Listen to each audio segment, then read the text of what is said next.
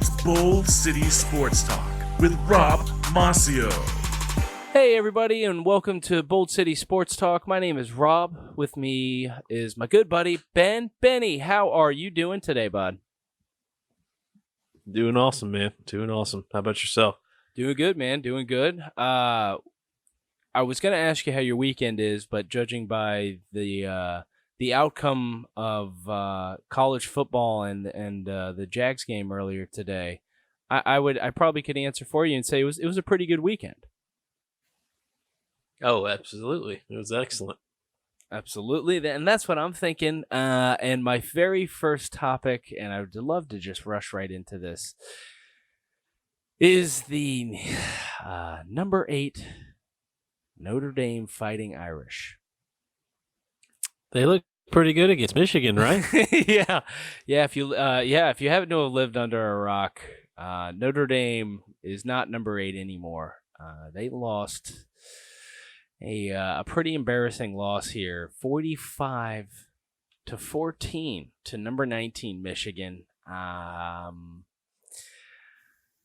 don't know how many more excuses anybody can give Notre Dame, but this is a team who essentially had 2 big games lined up.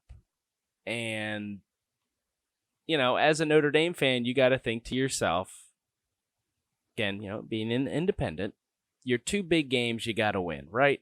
Right? I mean, doesn't that only make sense to you, Ben? Absolutely.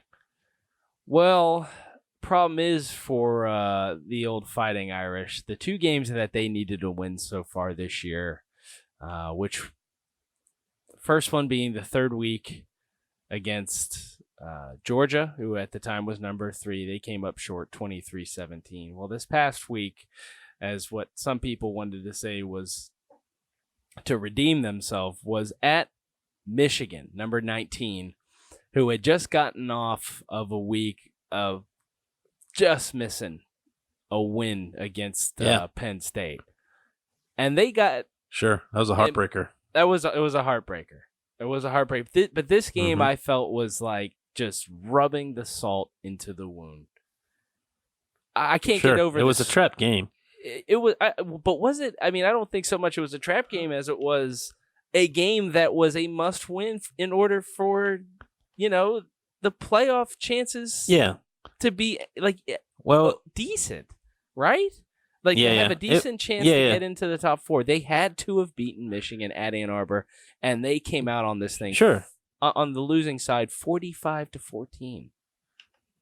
Yeah, they came out flat. That's for sure. And I know, you know, it was tough to you know, gain any offense because of the rain. So you know, we're gonna have to rely heavily on the run game. And but it wasn't that hard for Michigan. Now cards were clicking. Yeah, the cards were clicking in the rushing game a lot better there for Michigan than they were Notre Dame. You know, that is very evident with the outcome of this game. And as you had pointed out earlier, Michigan outgained Notre Dame, and again, it rained, but it was raining for Michigan's offense as well. 437 total offensive yards compared to 180.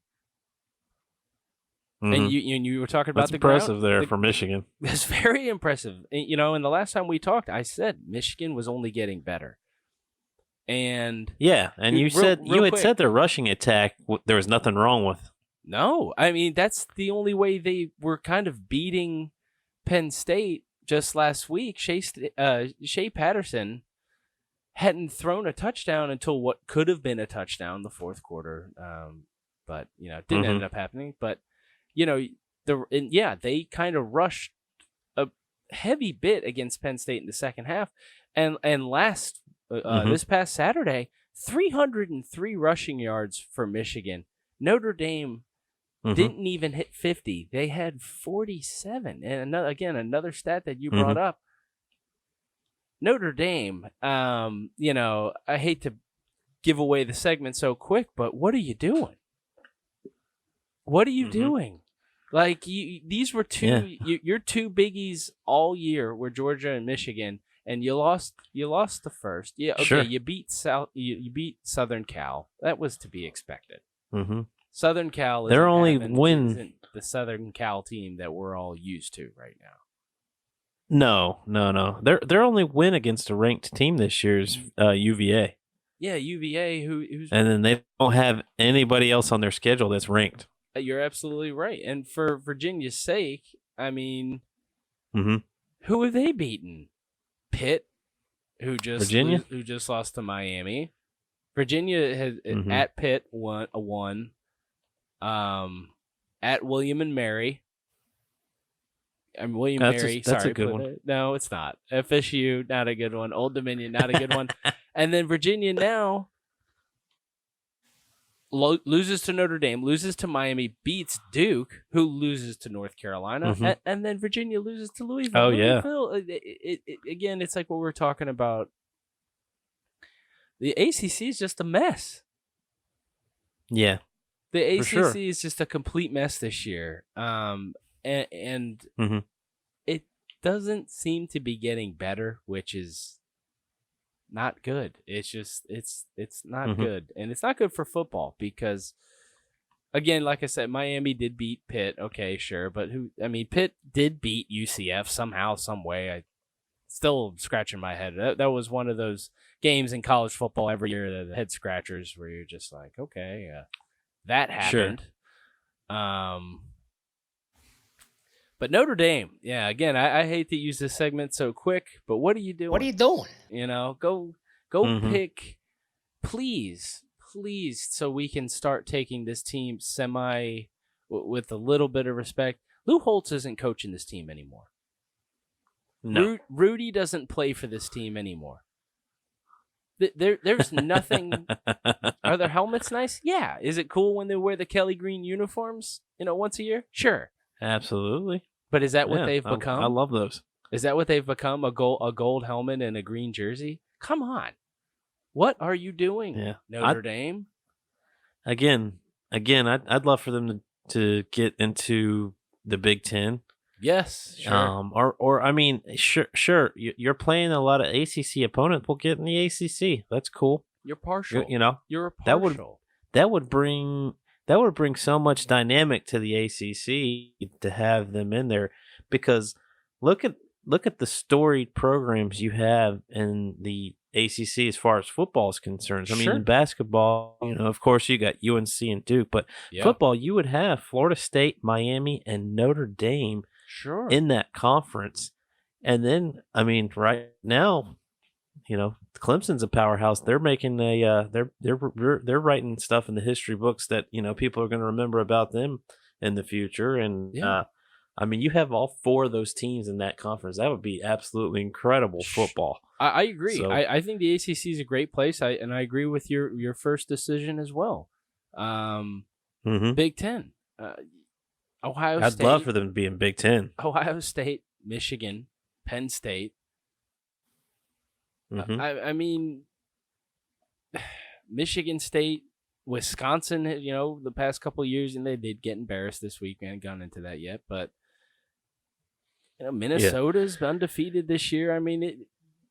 Iowa, these just pick one of the two. And in my honest opinion, it might be a little biased because in my opinion, I believe, there's the SEC and then there's the Big Ten, and then there's a very steep decline in talented teams. Sure. But you know what? If Notre Dame wants the notoriety, they want to still be considered a team. What have we seen from Notre Dame? Yeah, they made the playoffs last year. What happened when they played Clemson? Sure, it was Clemson. They got smoke checked. They got destroyed. Yeah, what was it? Destroyed. What was the score? 38-3 or something? It was pathetic. I want to say it was 31-0. I want to say that Notre Dame had 3 points for some reason. 31-3. You're right. Was that? Okay. 30-3. 30-3. 30-3. Got it right here. Yep. 30-3. Okay. Notre Dame, they scored 10 times as many points as you did. 10 field goals. Don't tell me this team deserves to be in consideration. It doesn't. It doesn't. Mm-mm. And Not this year. it's not that Notre Dame. It's just like Notre Dame. What are you doing? Pick a division. Go to and people have clamored. They want, who wouldn't want Notre Dame? You're still going to get recognized, Notre Dame. But now, unfortunately for, whatever it is that you don't want to do, you are going to actually have to play some decent teams. Because as you've proven this year, when you have those two big games on the calendar, you're not winning them. Mm-hmm. You're not winning them, and nobody's going to take you serious if you can't win the big ones. Oh, but those were tough games. Well, great. You know what? So was a bunch of other teams. Look at Auburn. Look at Wisconsin. Look at Florida. I mean, what else do you guys want to see? Look at LSU. Look what they're doing. Mm-hmm. We take them serious, and so is the AP poll, which we'll get into a little later. I mean, and good for them. And we have we also have a special guest on. Don't tell him, Ben, but we have a special guest. He'll be on in a little bit. He's calling in. He's got a quick thing to say, but let's get into a little bit the significance. Not only let's jump off Notre Dame a little bit, but Jim Harbaugh, as you had brought up. Hold on. Yeah, go ahead, Ben. What you got? One sec before we move on to Jim. You were talking about the ACC. Mm-hmm. Let's look at the coastal division of the ACC. UNC, who's 4-4. Sure. They are at the top of the coastal division right now. Right behind them is Virginia. Mm-hmm. They're at 5-3. So the coastal division of the ACC is struggling, man. I see. I don't know what other team you'd have to throw in there to get the likes of a Notre Dame in there. Sure. Because it would make the conference lopsided, but that would be, that would build up that side of the conference a lot if you throw a Notre Dame in there. Sure. On the Atlantic side, of course, you got Clemson, at the head of it, and then 6-1 Wake Forest right behind them, followed by 5-3 Louisville. So it's they're getting beat up a little bit there in the coastal division of the ACC. Sure, and they could use a Notre Dame. But you know what? Thank you for reminding me. I don't think this guy's being talked enough. How about Brown bringing UNC football not even just into relevance, but fighting for some fighting for some games, and it's only his first year. That team's got some grit. Yes, they do. Yes, they do. And Mac Brown, previously had coached with them. This past week, beating Duke, that a lot of people weren't really counting North Carolina in on yet again. Like the Clemson game, only lost. What a matchup. Yeah, a great matchup. And there's no Cutcliffe reason. versus Mac Brown. You got two old school guys. Yeah, absolutely. And Mac Brown, with that win, got his 73rd win as UNC coach and is now the all-time leader in wins at UNC. But he's 4-4 and 500, even if it is the division that it is in. Kudos to him. UNC is not a basketball town anymore, and Mac Brown is doing everything in his power to possibly turn that around. And that quarterback that they have, they flipped, if I'm not mistaken, FSU. Yeah, I was gonna say, I think it's FSU. Sam Howell. He's I believe, isn't that him? Yes, it is. He's pretty impressive. Yep. He's pretty impressive. Sure. Yeah. And Willie Taggart. It's just one of many. Side, I think you let one slip through your fingers there, pal. Yeah, I was going to say that's just one of many quarterbacks that he's let slip through, and probably is wishing that guy was wearing garnet and gold. Yeah, because he's doing pretty well in Tar Heel blue and white right now. Let's go. He's doing good things. He is, and he's a recruiter. We know that from seasons past, and I hope he. I hope he continues to do well. But I sure think he is. He's been garnering a lot of attention and some good good recruits here lately. And the one thing that I want to point out about Mac Brown, it seems like here, is that it seems like he's been keeping a lot of the homegrown talent just in the state. Sure. I think they had a defensive end that was from the Charlotte area, I believe, or something like that. Just somebody that's right in their own backyard. So I mean, and that's big for any coach. I think that you win your home state and try not to let people cherry pick those players out of your state. Sure, but I mean that's probably number one as far as recruiting trail. What you got to hit first is keep those in-state guys, right in your backyard. Sure, So. because the one thing you got to think of with not losing these guys, I mean, like growing up, all they hear is a certain school. You know what I mean? And if it's not that one school, it's another school. Like, just sure. Look, just think about Florida State, for instance. And then probably Miami and UCF. I know as of late. I was gonna say, like when you're growing up in Florida, I remember moving to Florida, and the first question. This is not. I swear, this is the truest of true statements. I had somebody tell me, "So are you a Gator or a Seminole?" And I swear, I moved from New York, and I just like, "What? What are you talking about?" I literally had no idea, because up, in New York, up north. College football is just an afterthought. Like Long Island, maybe Syracuse, I suppose. Yeah. I didn't really think much of any of it, but I had my team and whatnot. But when I came, I was like, I don't even know what you're talking about. Like the South, like and you're growing up, of essentially 2 to 3. I'll throw Miami in them, even though. They haven't been Miami, but that's okay. They're doing Diaz. I think he's going to bring them, but it's going to take some time.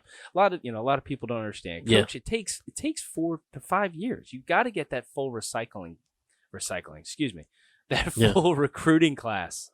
And you do. You got to recycle through these players, and you got to find what fits best for what it is you want to do. So you got to. Whenever I hear people start harping on a coach for after a year or two, I'm like, you got to be kidding me. Let this guy bring in some talent. But speaking of Manny, that was a pretty good win this week for them. Yeah, it was a hard-fought Pitt win. Yeah, Pitt again. They do Pitt things, and they dethroned the quote. We love this team, the quote unquote national champions, the UCF. But UCF had a good win this week against Temple. But let's kind of move on a little bit. Just to kind of flip side of the Notre Dame, Jim Harbaugh snaps an 8-game losing streak to ranked opponents. Again, something Ben that brought up earlier. He is now currently 2-10 against top 10 teams. But this is a big one, and again, it's in the fashion he wanted, 45-14. Like, let's put this baby to bed. This guy knows how to coach. And just as similar as I was saying about people harping on guys, how long's he been in Michigan?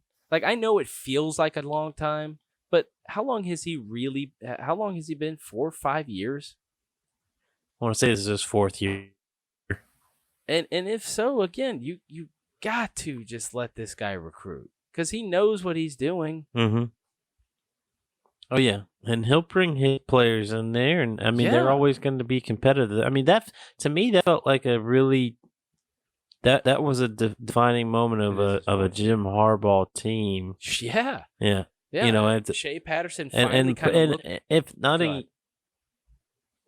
well, not only a Jim Harbaugh team, but I mean that brought me back to the Big Ten teams of old, where it's one of those just ground and pound, we're gonna wear you out kind of offense. I mean, all intents and purposes, Iowa does a lot of that. They are a heavy run team. It seems like, and played a lot of old school Big Ten football.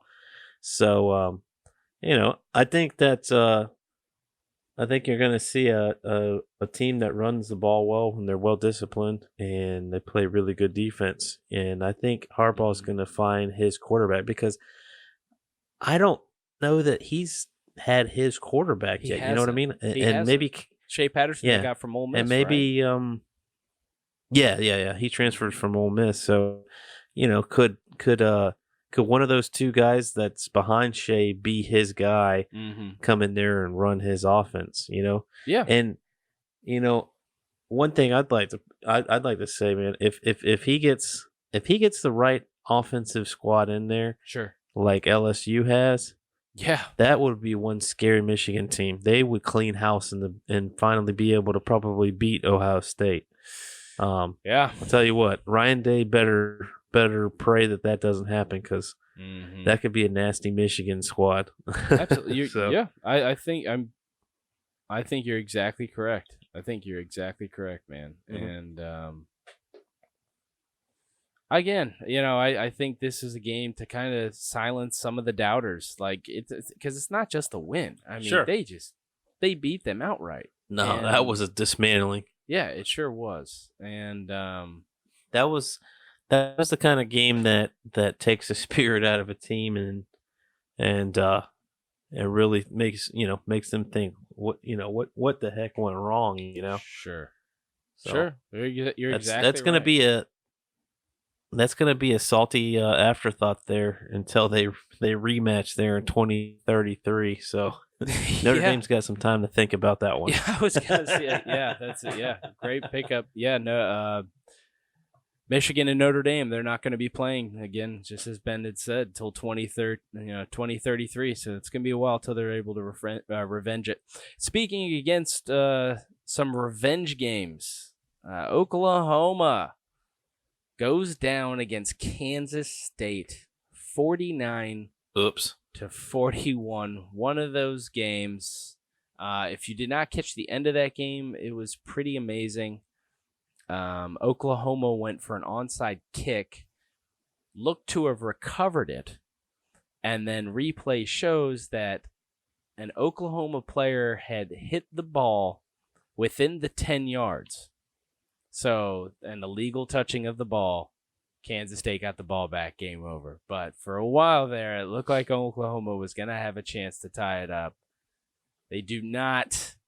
This will be very interesting to see how this affects Jalen Hurts. Generally, these Heisman winners, they got to be perfect. But this is not all his fault. This goes to show the world, just like that in Notre Dame.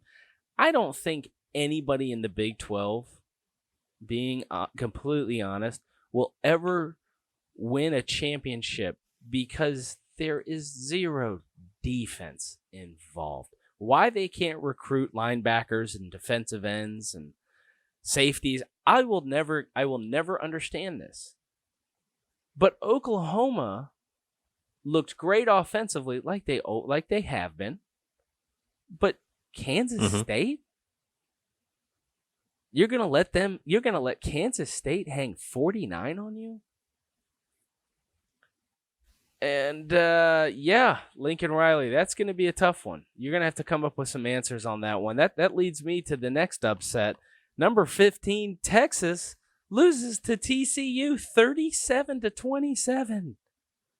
Ben, in your honest opinion, is Texas overrated? Yes or no? Yes, this year, yes. No. I do not. I mean, they started out top 10.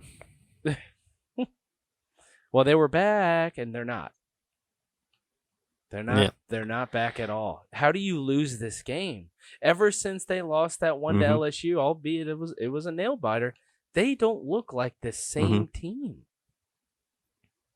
No, and then they lost a heartbreaker there to Oklahoma. I mean, that was a close game. It was 34-27. They did. So they fought hard for that one, but this is another team this year, man. They don't have a ranked opponent win. No, and actually the complete opposite. Very similar to that in Notre Dame.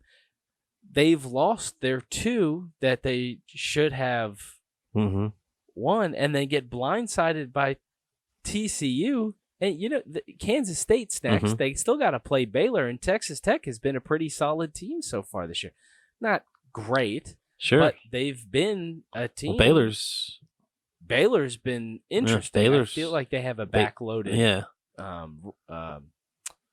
I feel like they have a backloaded schedule, but Yeah. they've been doing well. I mean, Baylor's got they got West Virginia. Looks like on Friday. Is that Friday or is that on Thursday even?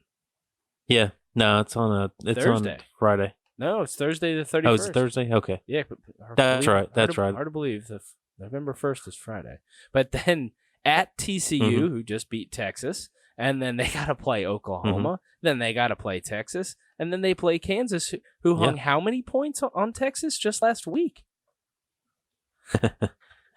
They're riding high and mighty at they're riding high and mighty in the Big 12 right now. But you're right. I think you're onto something with the backloaded schedule. I mean, West Virginia could throw them an upset there. I don't know where that game is. I don't know if that game's there in Waco or if it's there in West Virginia. But yeah, that Oklahoma game is going to be tough for them. But that'll be certainly interesting to see what they can put together for that game. Looks like it's at Baylor. That's gonna be in Delhi. Okay. But I didn't realize West Virginia was 3-4. Yeah, but they West Virginia always kind of been an interesting team. I mean, Will Greer looked really well last year, but yeah, I think they're rebuilding a bit this year, especially with Holgerson leaving, and everything. Yeah. It's a big shakeup. It's a big shakeup. Sure. Yeah, number 3. But Ohio. The Oklahoma Baylor game. Yeah. The Oklahoma Baylor game may determine the Big 12 champ. Correct. Of course, and spoiler alert, Oklahoma only drops to number 10, so they are clearly still in shot of the top 4. But again, they don't. Yeah. These Big 12 teams don't have defenses. These Big 12 teams won't win championships. It's just not going to happen because, again, as I had previously stated, there's the SEC in my opinion, there's the Big 10 in my opinion, and then there's a really far drop. And then what is there? The Pac-12, the Big 12. The ACC, I'm not even going to comment on if your name's not Clemson. Like, come on, man. You know what I mean? Oklahoma. Oklahoma's still got a pretty solid chance to make the playoffs as long as they beat Baylor. Sure. Sure. And they probably could, but I mean, you can't tell me this wasn't a sneak attack game. Somebody wasn't paying attention.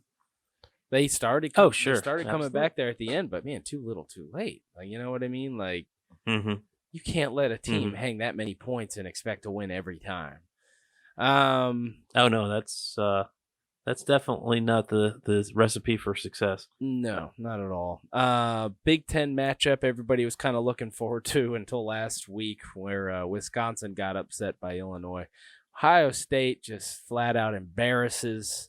Number 3, Ohio State, flat out embarrasses number 13, Wisconsin, 38-7.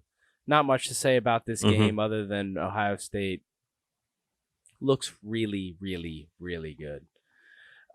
Staying in the Big Ten and the top 10, number 6, Penn State wins after what some considered what would be a trap game to Michigan State. It was in East Lansing, but Penn State took care of business 28-7, and with number 5 Oklahoma taking that loss, Penn State moves up. They're knocking on the door now of the top 4, and Penn State will be going into Minnesota after the bye week upcoming up this Saturday. That'll be an interesting game, but very very similar to that of Baylor. I think Minnesota has a very backloaded schedule, so.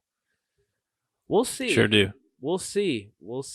Nonetheless, that's going to be a fun game to watch. I think Penn State should probably handle them, but on paper they have the better kudos. team, I believe. Yes. Yeah, and kudos to Penn State for going in there and taking care of business versus Michigan State. Sure. That's been kind of a team that's been one of those thorn in the side teams, yes, you're exactly year in right. and year out for Penn State. Yeah, the last 2 years. The last 2 years they've lost the last 2. They hadn't, I believe, they hadn't won in East Lansing since 2001. Was it? If I got that correct. I can't believe that last game in East Lansing was the rain out game, correct? That was. Or was that last year or 2 years ago? I do know what you're talking about. Oh. Yeah, I think it was 2 years ago. 3-hour That delay. It's insane rain delay. Mm-hmm. Yeah, that's it. And Penn State kind of in a way, I know Michigan kind of had coined the phrase last year, the whole revenge tour, but man, Penn State seems to be doing it. And, it seems every single time, every week, if Penn State can pull this off, if Penn State, well, so far they've done it. I mean, they're 8-0. Yeah. They're number 5. Again, Michigan State was one of those teams, a thorn in the side. Mm-hmm. Looking ahead to the next week, we have the infamous, absolutely one of my favorite games every single year. Number 6, Florida. Number 8, Georgia. Jacksonville, Florida. That's where we live. That's the world's biggest cocktail party. Outdoor. There you go. It's gonna be sweet. I can't remember the last time both these teams were ranked as high as they are now. I mean, this really could be a huge shakeup in the SEC East. Am I right? Mm-hmm. Yeah, it's this is potentially the game for all the marbles in the SEC East. Mm-hmm. The road to Atlanta comes through Jacksonville. Yeah, it does, and most recently too, which is pretty cool. They extended the contract for the big game to stay in Jacksonville, which is super cool. And 23, I believe. I think that's right. And I think that's great. I think it's great for the city, and it is a lot of fun. Of course, you have your not so friendly fans that want to party maybe a little too hard and then get a little too hardy with each other. But for the most part, everybody's just having a good time, because that's what's great about college football. It's just a good time to be out and about and join some beverages there. Kind of a lighter week, but there's 2 games in particular that caught my eye. USC against number 7 Oregon. Could be potentially an upset. Oregon did kind of struggle a little bit with Washington State last week.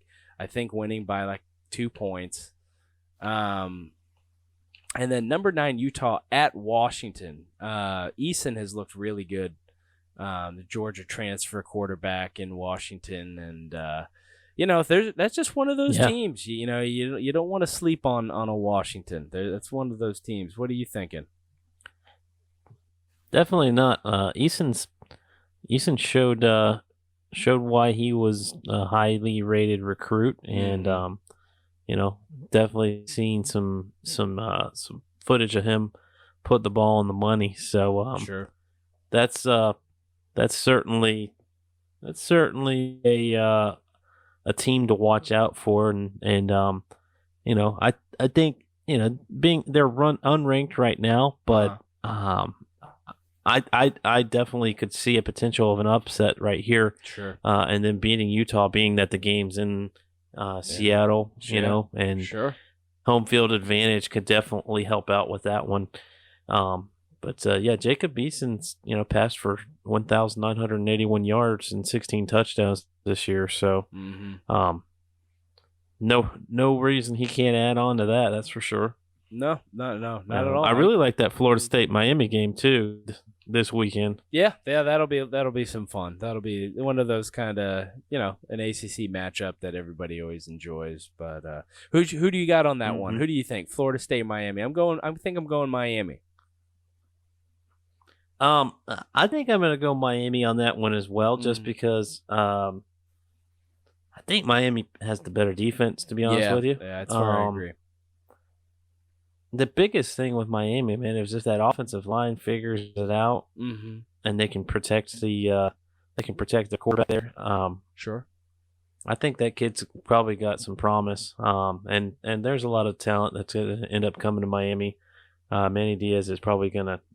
He's probably going to kill it on the recruiting trail. He did a heck of a job while he was defensive coordinator there under Mark Richt, and that was probably one of the reasons they really wanted to bring him back in there as their head coach. And sure, as he was there for Temple for a really short stint. I don't know if it was more than a week, and then he was headed back down there to Coral Gables. So,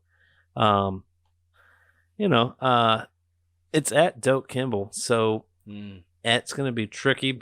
FSU's got home field advantage. The one thing that I want to know is, can if Miami can stop Cam Akers, that's probably going to help them out a lot. Oh, absolutely. But if teams could figure out how to stop Cam Akers, he's run for 917 yards this year. Yeah, he's one of my guys this year in college. I really like him, and I think he'll go way under the radar in the NFL draft. Sure. Let's jump in the AP poll real quick. That dropped today. Couple new faces in here. At number 1. Whoa, that's true. Spoiler alert. Let's do number 1, and this is probably a good time to bring in our caller, right, Ben? Yeah. Ben, everybody might be all 2 people who are listening to this, 3 including Marshall, so a total of 3 people listening to this right now. Guys, it is my pleasure to bring on Coach O, head coach at LSU. We want to get his take on number 1. Coach, what do you got to say? Congratulations. Go Tigers. Man, I tell you what, go Tigers. Go Tigers. Perfect, Coach. Thank you so much for being here. Thank you so much. That was what an honor. What an honor, Coach O.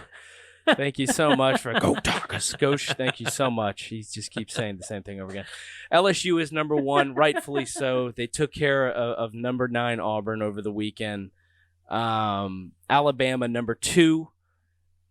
Okay, they are 8-0. Ohio State number 3. Clemson 4. As we had aforementioned, Penn State number 5 after Oklahoma took the loss. Florida all the way up to number 6. Rightfully so, the one loss against now the number 1 team in the nation. Oregon number 7. Georgia 8. Scratching my head on that one. That one loss, guys, was against South Carolina, who lost to Tennessee over the weekend. No, they got blown out by Tennessee. Yeah, that wasn't even a loss. You're exactly right. Utah number 9. That was a shellacking. That was. 2 top Pac-12 teams in the top 10. Oklahoma 10, Auburn 11. They just dropped 2 spots, as they rightfully should. I think that's far enough. They played LSU, I think, better than anybody thought they'd play them against. Sure, that's a close game, man. Yeah, it was a good. That was a great SEC battle right there. Baylor number 12, Minnesota 13. Funny enough, we just talked about them. They are back to back, but again, very heavy back-loaded schedules. Michigan all the way up to 14. SMU undefeated at 8-0 at number 15. Notre Dame, never heard of her, number 16. Cincinnati number 17, 6-1. Again, the only loss against Ohio State.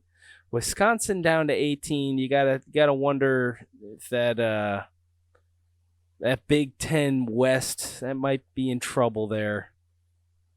Iowa right behind them with the same record as Wisconsin, 6-2. App State undefeated, number 20. Boise State's back. Yay, everybody's favorite football field. Number 21. Kansas State, welcome back to the top 25. Number 22 again after beating Oklahoma at home. Wake Forest 23. I guess they had to slide another ACC team in there. Number 24, Memphis. Number 25, San Diego State. That is your AP top 25 poll. Anything stand out to you? Got any comments on that one, Benny? Well, now that we were looking at the back half of it, we forgot to mention a game for next week.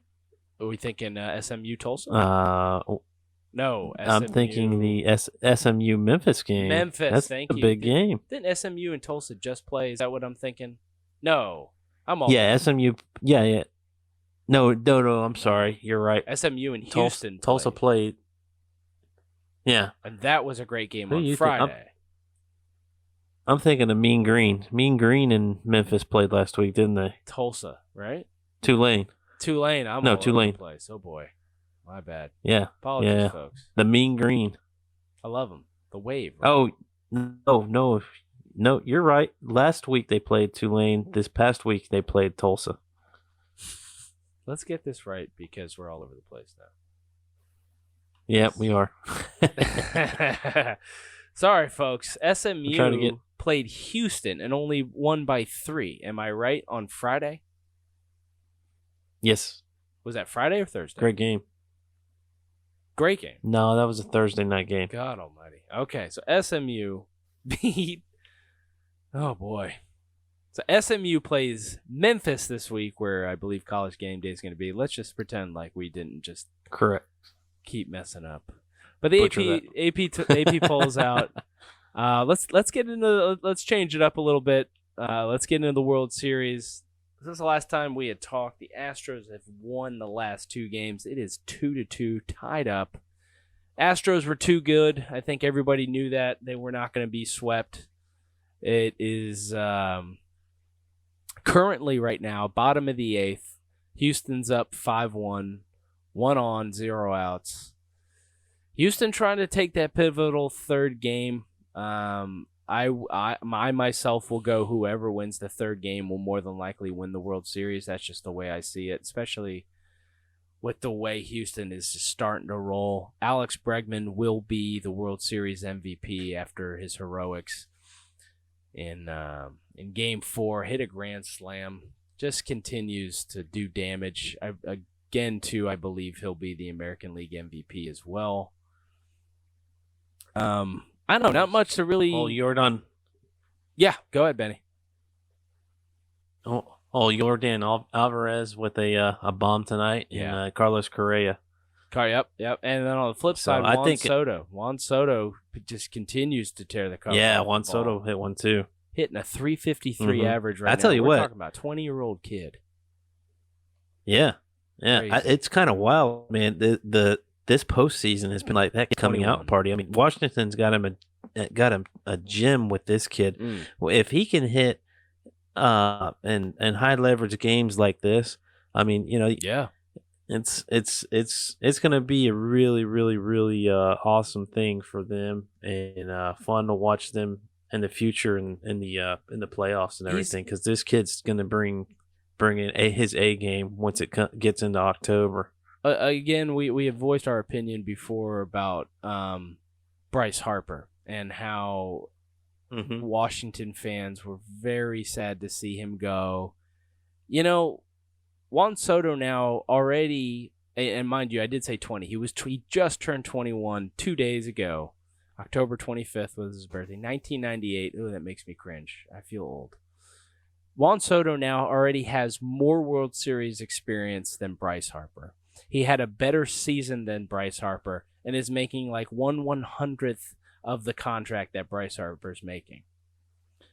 Again, Juan Soto, being 21 years old this year, had batted a .282, 34 home runs, and 110 RBI. Washington, you have your savior in Juan Soto. Rendon is a very good player, yes, but Juan Soto is the guy you guys have been waiting for. And I think this is Absolutely. Mr. Nationals. And I really believe you should push all your chips in on this kid, because this is something very special. Very special to come up. Don't worry about Harper. He'll continue to ruin the Philadelphia Phillies for the next 12 years. So, no big deal. I think the big storyline that came out of this World Series right now was the fact that Max Scherzer was supposed to pitch. Quote came out today that he, quote unquote, completely was locked up when he woke up this morning. We might have seen the end of Scherzer in 2019. And he battled some back problems just a couple months ago, but the way, and I know we had spoken about this, the kind of player that Max Scherzer is, and there's nothing he wants more than to be pitching right now. And for the Nationals, having to throw out a Joe Ross and currently looking down a 5-1 loss right now, this will probably be the game if the Nationals do lose the World Series, this will be the game that they're going to keep going. If Scherzer would have pitched this game against Garrett Cole, I mean, could you think of a better pitching duel? Oh, it would have been one for the ages. Yes, it would have. Honestly, you've probably got your best pitcher in the AL and your best pitcher in the NL going at it. Mm-hmm.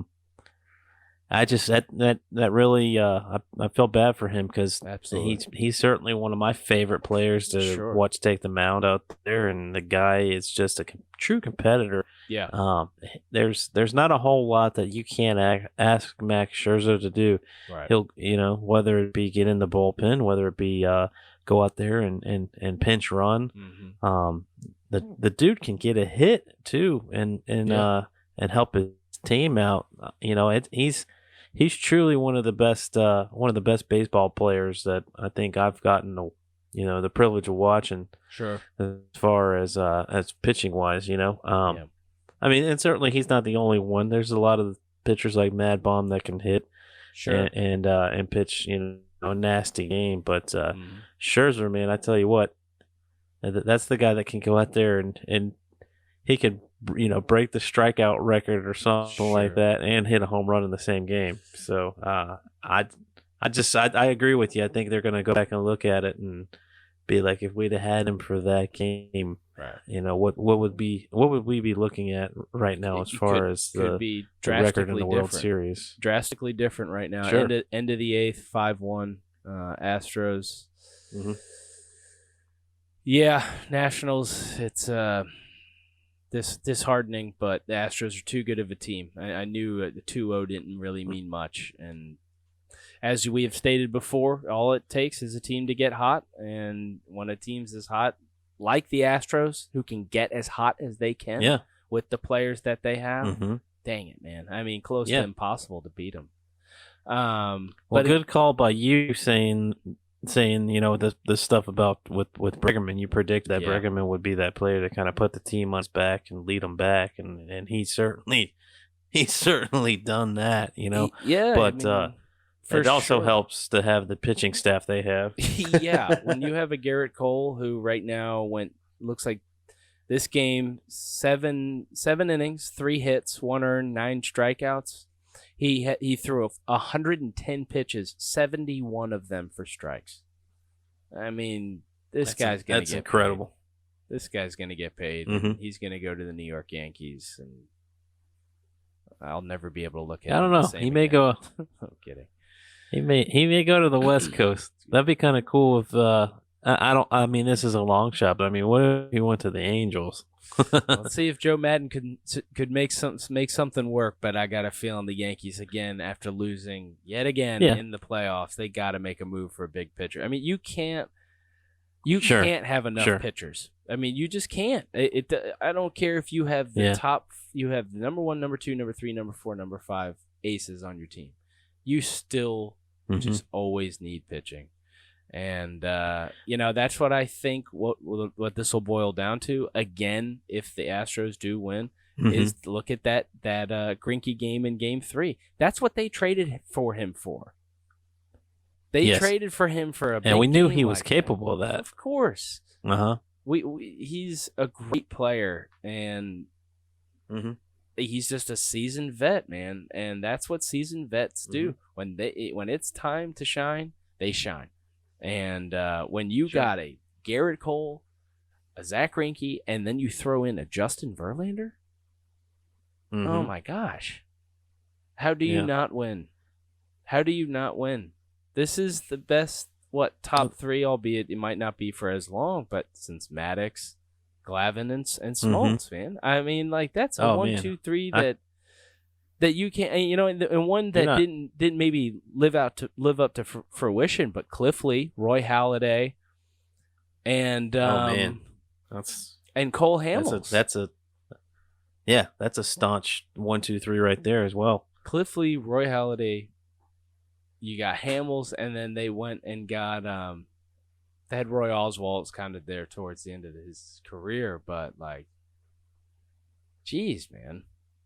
Like, what a we've seen some big ones, but man, this one's could do some damage, and we're talking about World Series damage here, not coming up short.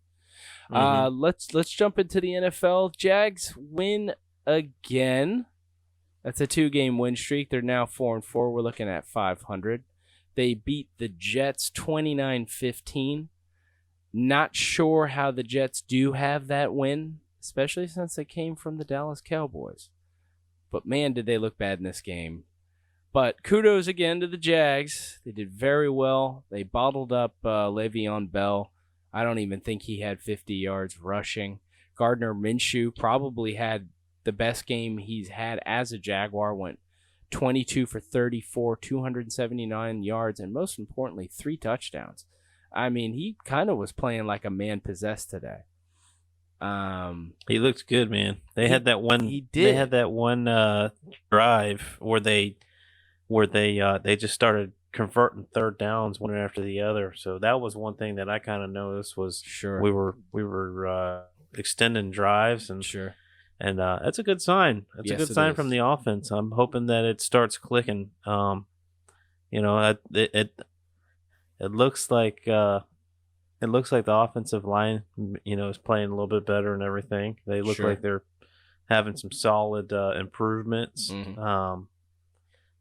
Hopefully we're not too affected by some of the injuries that we've got right now. But it's looking up right now for the Jags. So hopefully we got kind of an easy stretch, and we'll get back over that 500 threshold. Sure. And I said under 50. Le'Veon Bell had 9 carries for 23 yards. People, the long was 5 yards. And I don't think we could say enough about the defense. They picked off Sam Darnold 3 times. They sacked him. He did that against the Pats too. I mean, he threw interceptions against the Pats last week as well. We're looking at on Monday Night Football. A total of 8 sacks, 7 tackles for loss, 31 total tackles. Yeah, 31 solo, 55 total. Defense got to work today. They did some damage, and there's one kid that I don't think enough people are talking about, and to kind of piggyback off of what you were just saying about those injuries, a guy who's now able to kind of play is Josh Allen, that Kentucky kid. Yeah, linebacker, got him number 7 in the draft. 2 tackles today, 2 sacks, solid. And a forced fumble. This guy, I couldn't have been more happy when he fell to the 7th pick. They thought he was a top 5 pick. Oh, I do. I was shocked that we were able to get him.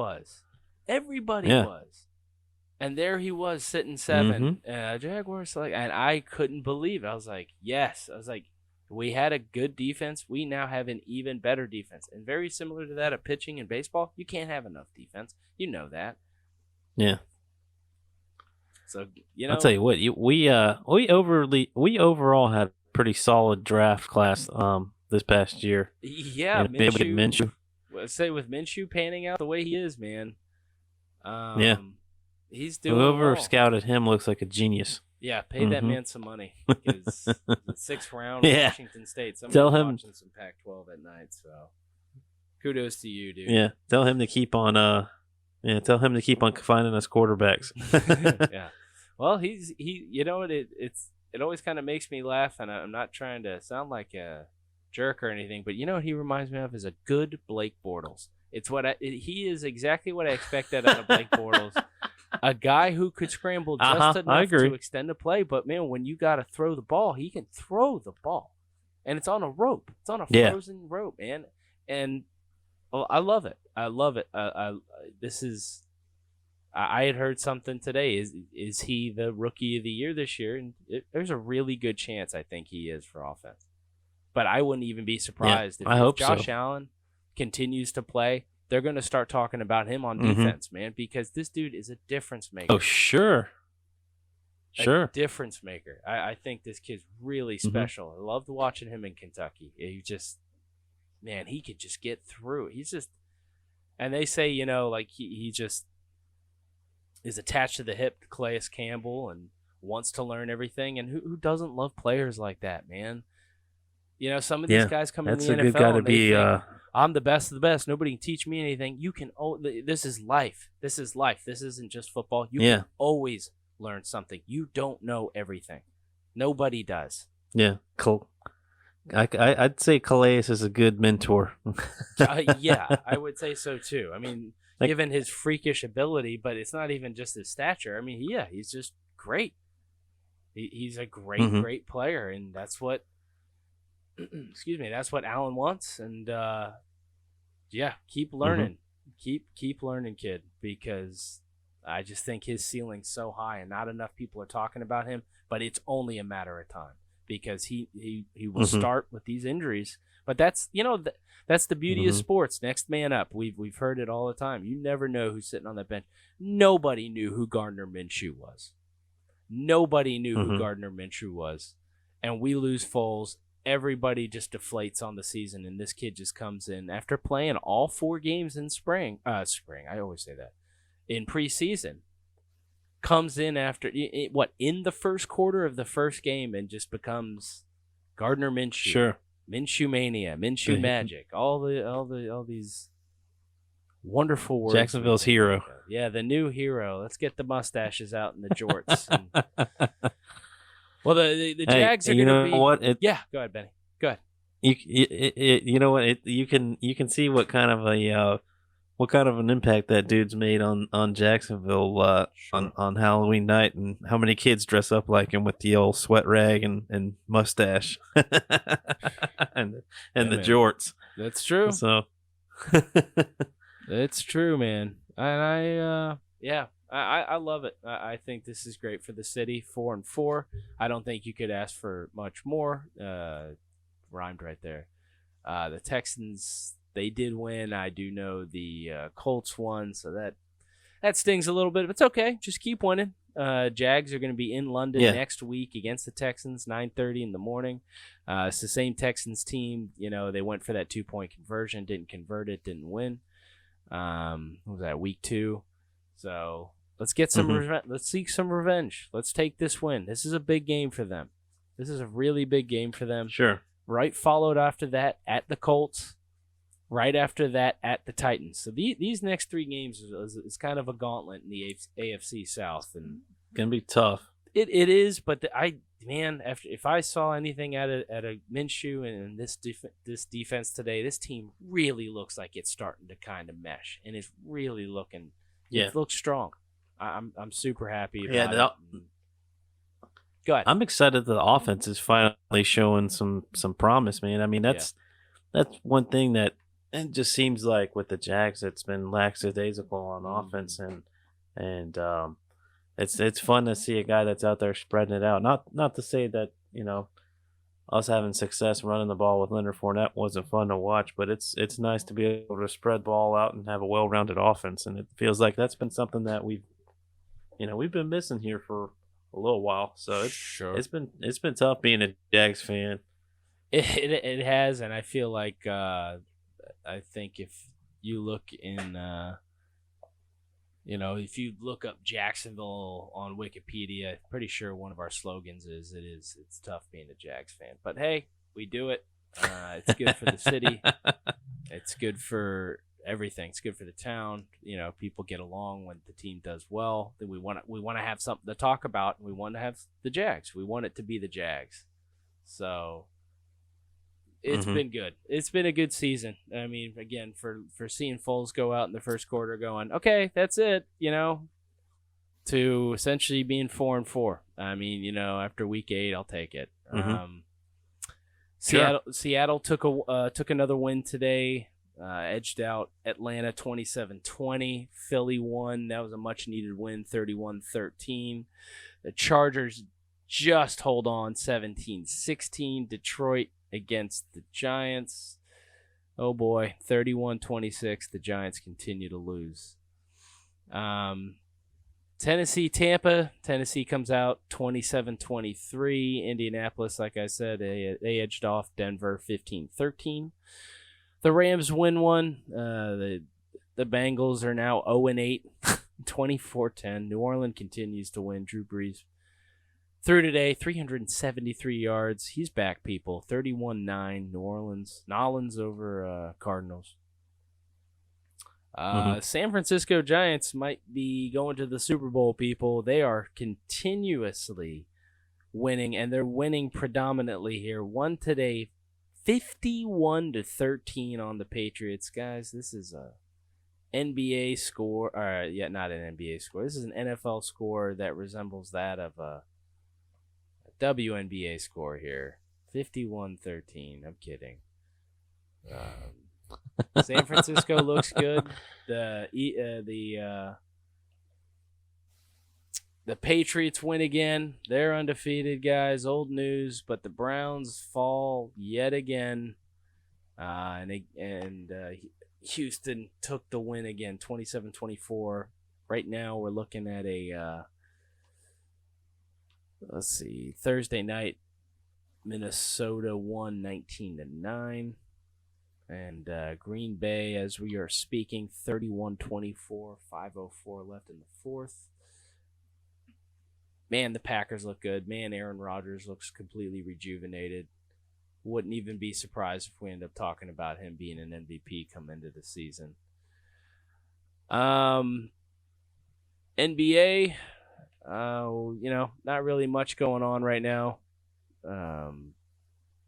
Golden State took a loss, big, that's probably the highlight of this, 120-92 against Oklahoma City.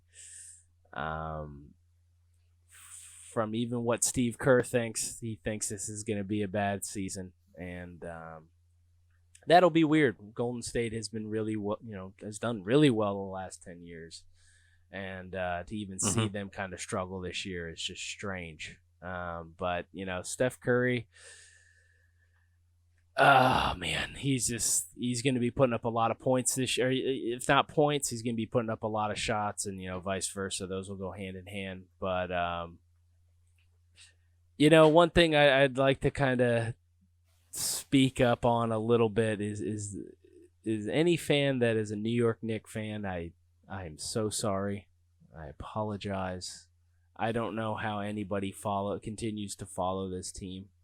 This is a team that can't put quality players on the court. I don't understand why, but already 0-3 at the beginning of the season, you got to kind of wonder.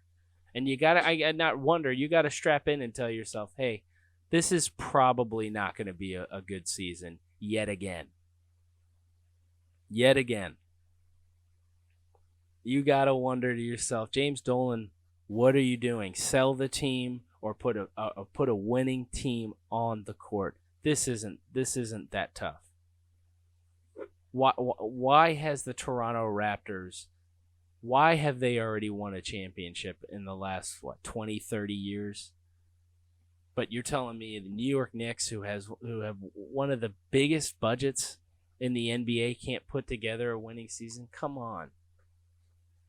Do a lot of people believe that they lost out on the big free agents of last year? Yeah. Why? Because the Knicks came out and said just a couple years ago, we're doing all of this to get the big free agents. And guess what? They came up empty-handed.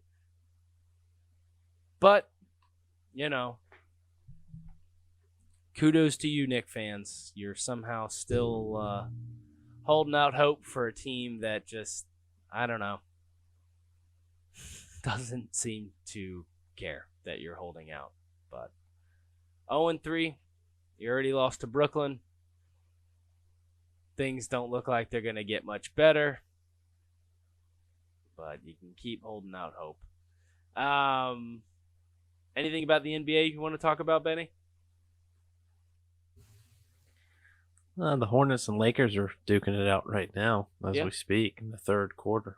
Yeah, yep. 79-74 Lakers.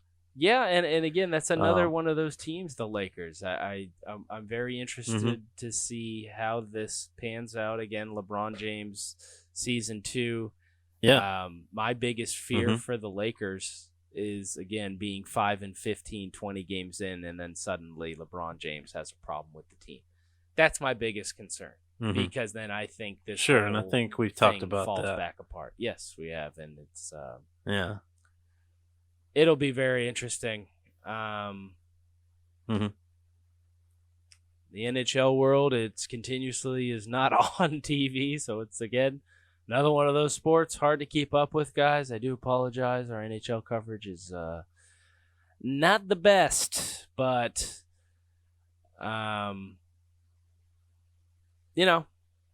Sabres are looking good.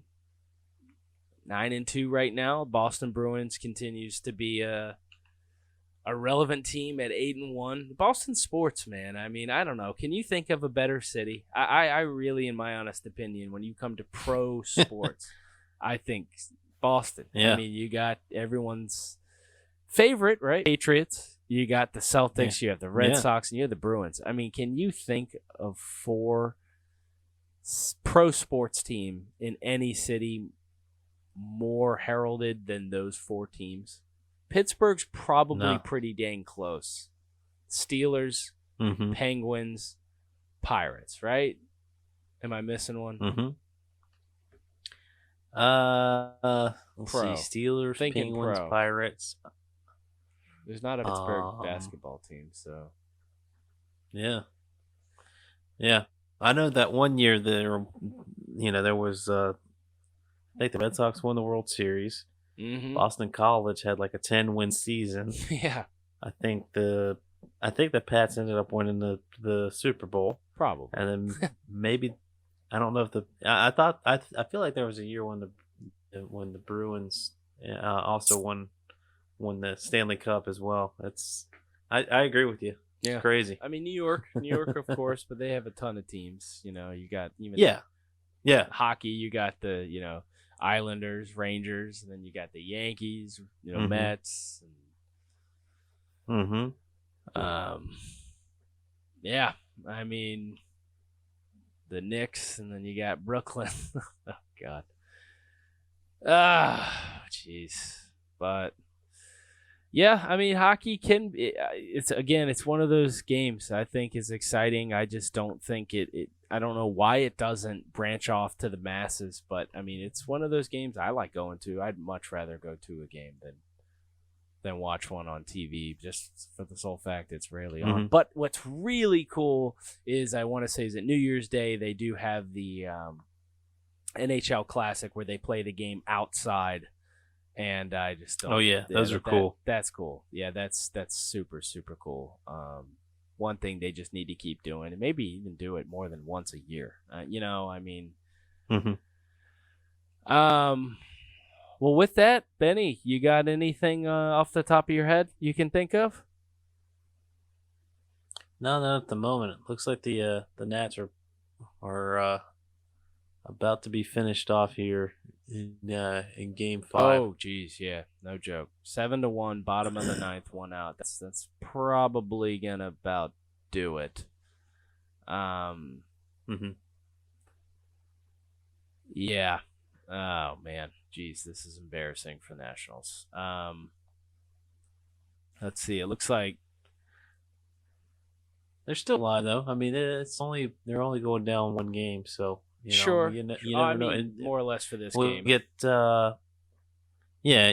Strasburg probably pitches next, correct? It's gonna have to, right? I mean, yeah, he's your best guy at this point. If Scherzer's going to be out, and it sounds for this matter, it sounds like that's the case.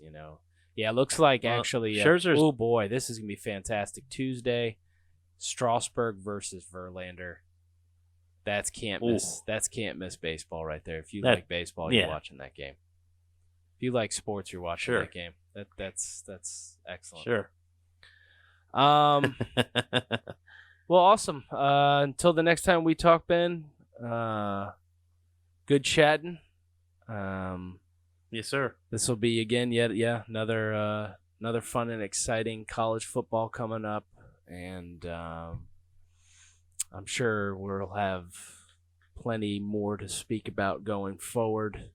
Yeah, be definitely very tough to watch baseball go out for a while. But we are slowly but surely getting into that dead zone in sports. Not yet. We still got November and December, but man, January and February, boo. Right after that World Series, right after that Super Bowl. That's the old sleeper Oh, for yeah. sports. But yeah, let's enjoy it while we got it. Always great talking to you, Ben. You have yourself a good night, bud. And Yes, sir. everybody, thank you so much for watching and listening to Bold City Sports Talk. I'm Rob. I'm with my buddy Ben, and you guys, you continue to have a you guys continue to enjoy your teams, okay?